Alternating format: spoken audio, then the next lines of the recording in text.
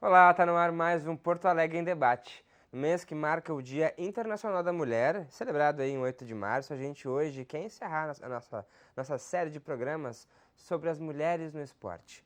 Como é trabalhar com esporte aqui no Rio Grande do Sul? Quais são os desafios e as perspectivas das mulheres diante de um cenário ainda muito dominado pelos homens? Para isso, a gente recebe hoje a Marianita Nascimento. Ela é diretora de futebol feminino do Grêmio. E também, junto a ela, participa a Ana Carolina Roth, que é atleta da Vela Jovem do Veleiros do Sul. Gurias, bem-vindas, obrigado por estarem aqui para demarcar a posição de vocês e mostrar que mulher sim pode praticar esporte, jogar futebol, velejar. Começando pela Marianita, que na verdade tem uma história muito importante para o futebol feminino aqui no Rio Grande do Sul, porque tu, na verdade, foi pioneira, né? Primeiro time de futebol feminino na década de 80. Imagina quanta coisa mudou e hoje tu tá de volta como uma dirigente, é muito importante. Bem-vinda. Muito obrigado. Agradecer a oportunidade de estar presente aqui, contribuindo. E é uma história, né? É um legado, de muita densidade do que tudo que a gente passou. Nesse momento não fui só eu, né? As meninas que estavam comigo em 1980, quando a gente resolveu jogar, e nesse momento a gente já estava no Grêmio e a gente descobre que o futebol feminino era proibido. Existiu uma lei, né, de 1941, datada e assinada por Getúlio Vargas, e havia essa proibição. Então, oficialmente, a gente não tinha como jogar o futebol. E foi uma luta, porque dali a gente saiu do Grêmio, a gente continuou de novo de uma forma amadora, nos reunimos e tivemos que nos reunir sem hoje essa tecnologia que tem, que é muito mais difícil, né? Se a gente tivesse só a internet lá para fazer tudo que a gente precisava, seria mais fácil. Certo.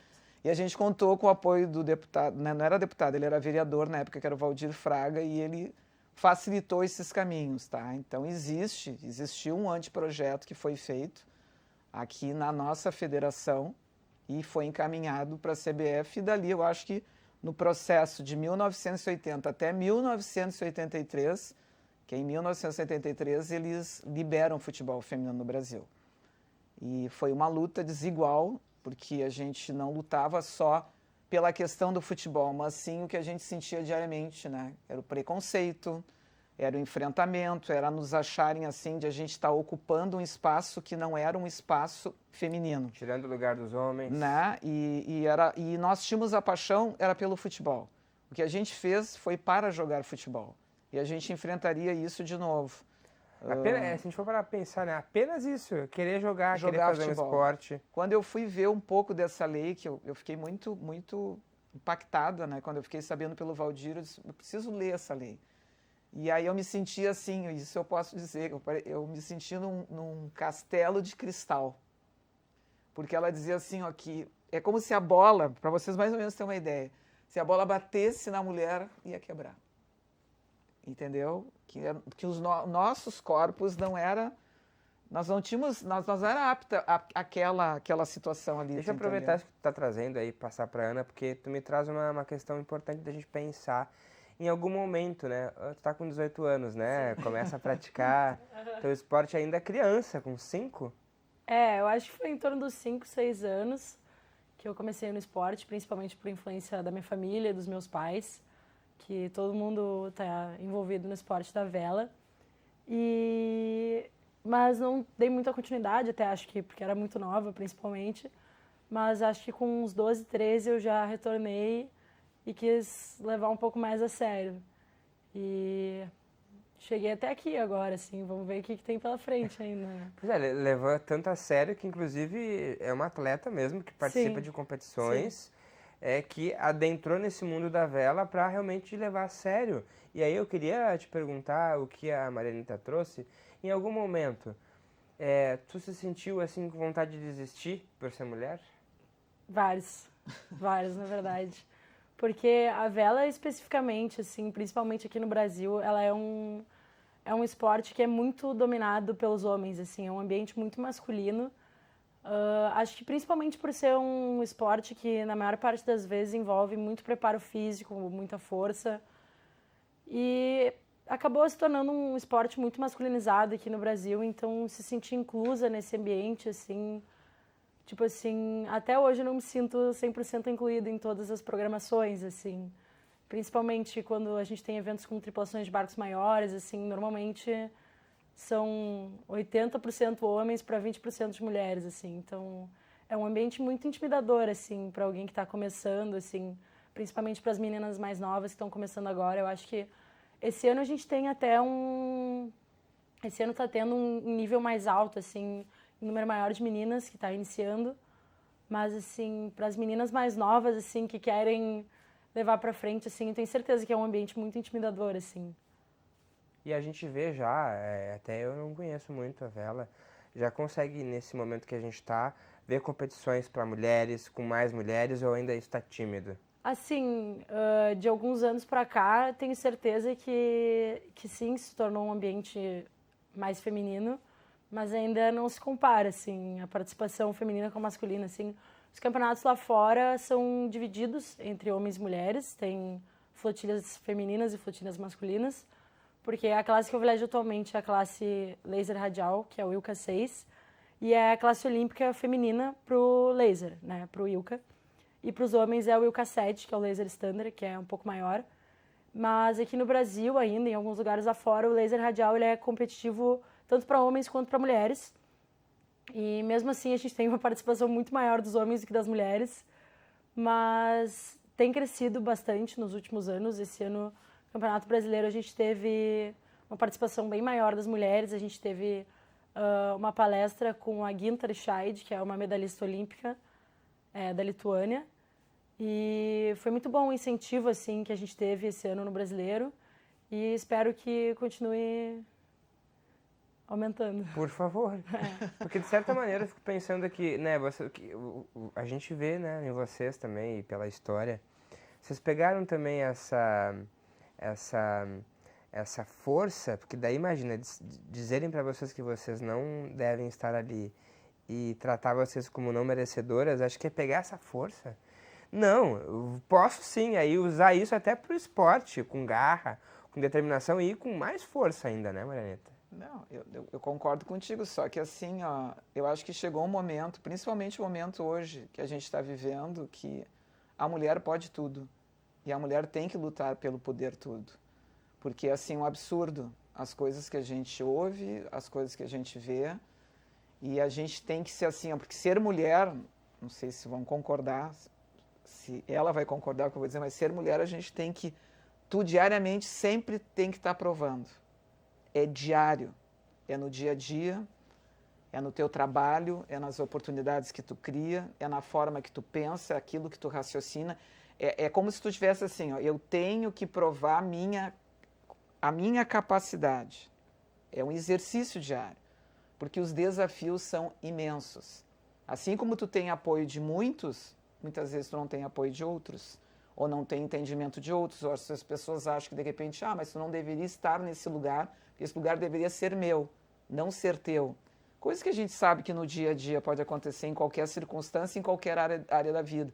E eu acho que a mulher precisa disso, precisa se unir com mulheres, precisa mostrar a sua capacidade, não ficar sendo vista como, tu entendesse, como se a gente fosse assim, ó, tu tá num vidrinho, te botar num vidrinho de cristal e algumas coisas tu pode e outras tu não pode.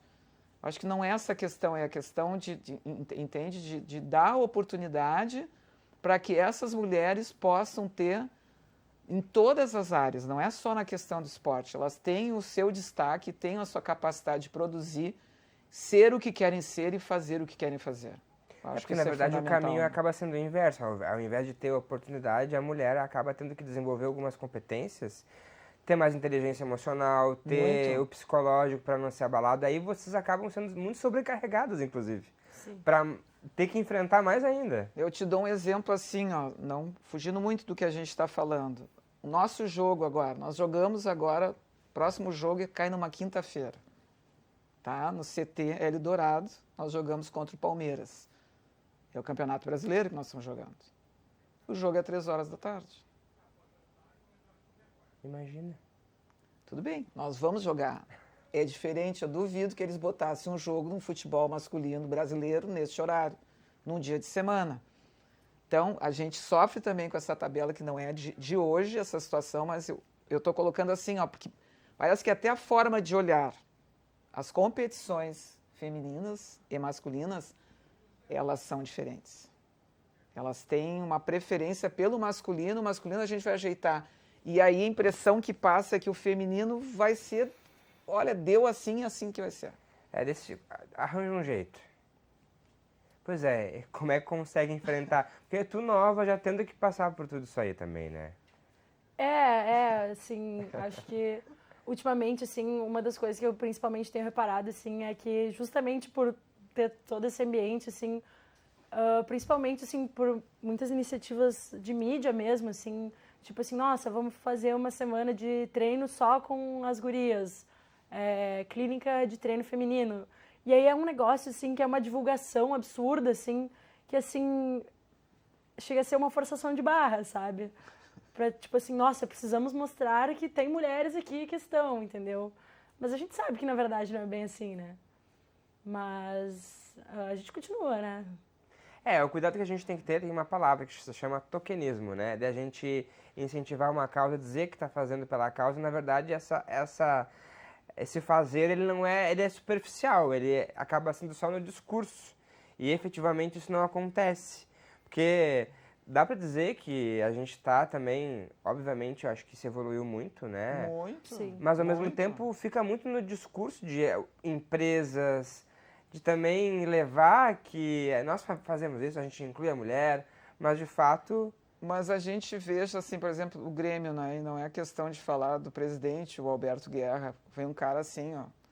Próprio convite. Ele pontuou algumas coisas para mim bem diferentes do cenário atual.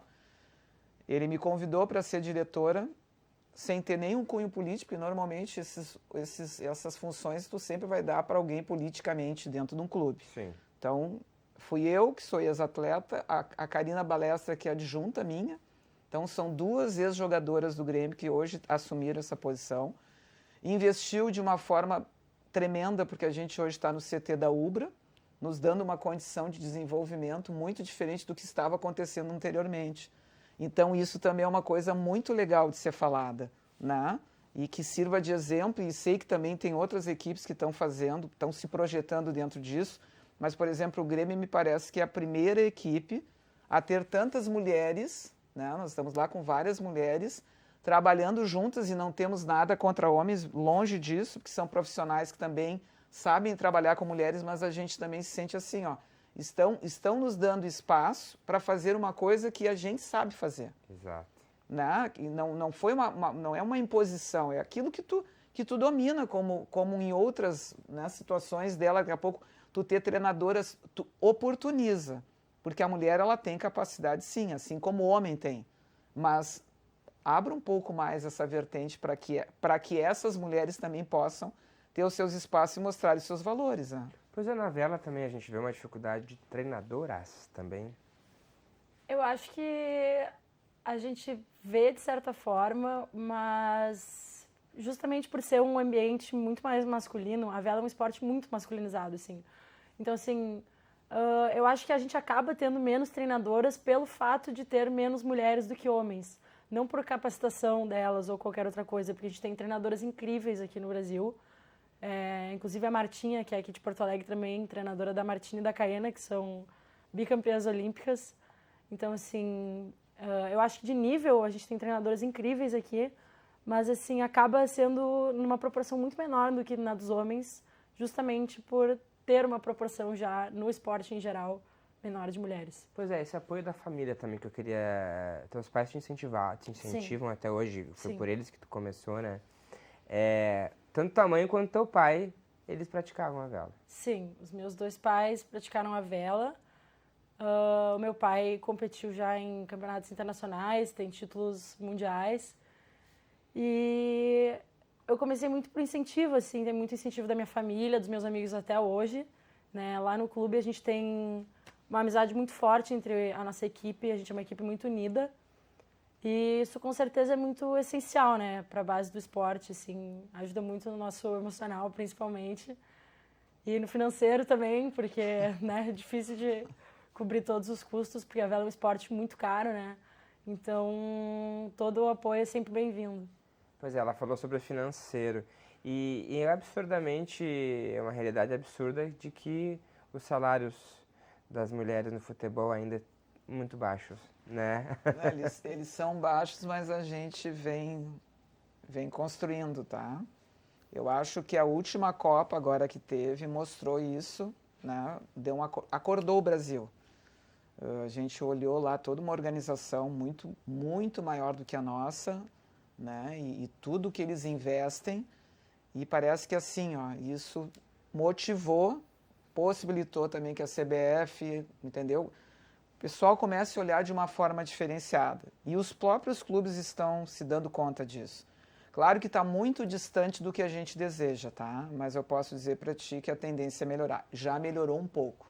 Muito pouco, tá? Porque qualquer investimento hoje no futebol masculino, olha, talvez um salário de um jogador, entendeu? Pudesse...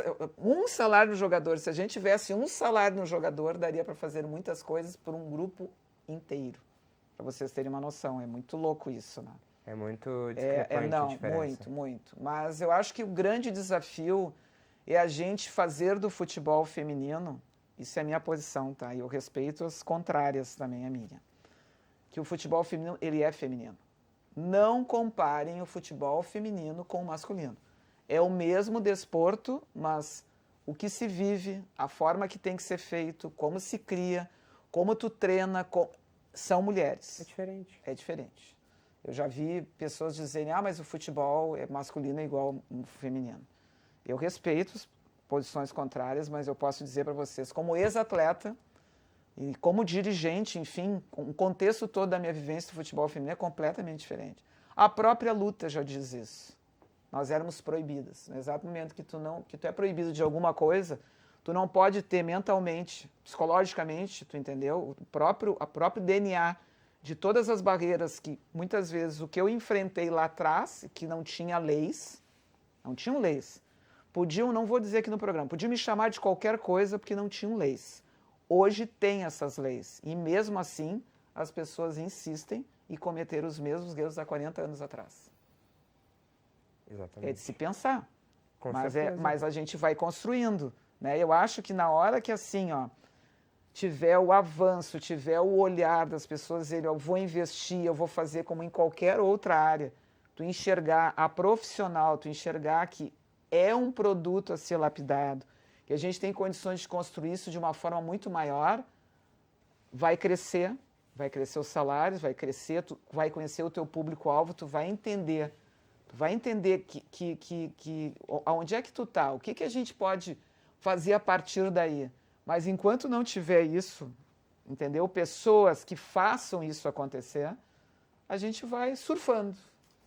Vai ficar surfando e não vai conseguir... Né? Vai surfando naquela onda e vai construindo da melhor maneira possível. Mas hoje, por exemplo, o que a gente encontra hoje no Grêmio, eu vou dizer para ti, eu sou muito feliz pelos avanços, tu entendeu? Porque foi assim, nós saímos de um patamar para um outro. E isso eu devo, não só eu devo, como todas nós lá do Grêmio, a gestão do nosso presidente, que é o Guerra.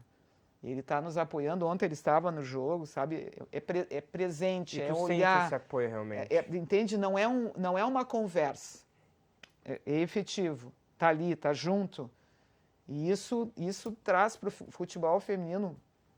E eu começo, porque eu retorno há 40 anos atrás, tu entendeu? Eu não tenho como não fazer. Exato. Essas meninas não têm como entender isso, mas eu que puxo o meu cordão e vou lá atrás, meu Deus do céu, eu já vejo evolução, porque nesta época a gente não tinha nada. Eu, por exemplo, aprendi a jogar futebol com meu irmão mais velho, que é o Deco Nascimento. Né? Então, foi com o Deco que eu aprendi a jogar futebol. Eu jogava com meninos na rua. Eu não tinha meninas como tem hoje, uma escolinha, como tem hoje.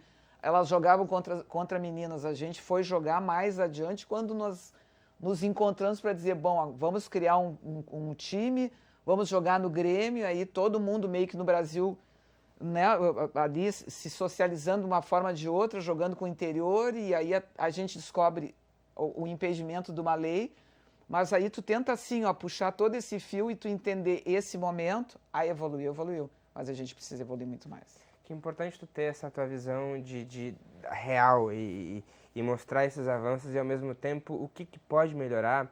Porque eu fico pensando também na vela, né, Ana, o que traz a Marianita dessa comparação, né? O futebol é feminino, sim. Quando tu traz que a vela, ela é muito masculinizada, a prática em si, ela é muito masculina ainda, requer habilidades. Como é que tu consegue surfar nisso?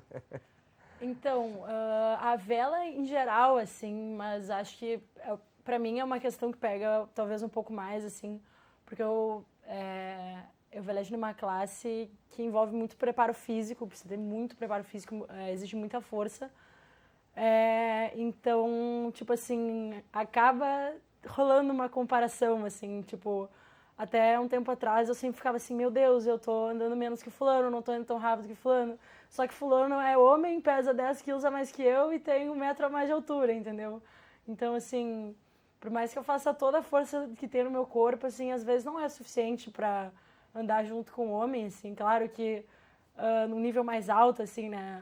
As gurias que estão lá fazendo campanha, que estão enfim, correndo mais a temporada de campeonatos internacionais, tem um preparo físico já melhor que o meu, mas, assim, é muito difícil, assim, esse negócio de tu tá sempre ali tendo um homem junto pra tu se comparar e até aí tu entender, assim, que teu esporte é o esporte feminino, assim, sabe? Então, é complicado, mas ao mesmo tempo a gente vai conseguindo diferenciar, sabe? E tu consegue ter outras atletas também para te conseguir trocar? Aqui, como é que tá na realidade aqui de Porto Alegre, assim, ainda a gente precisa incentivar mais gurias ainda aí pra vela. Aqui em Porto Alegre a gente tem excelentes velejadoras de várias classes. Atualmente na classe laser a gente tem várias meninas que estão iniciando, assim, eu acho que talvez agora aqui no Rio Grande do Sul eu seja quem está mais, assim, na disputa, assim, que tem ido para mais campeonatos, mas tem muito mais meninas do que tinha alguns anos atrás.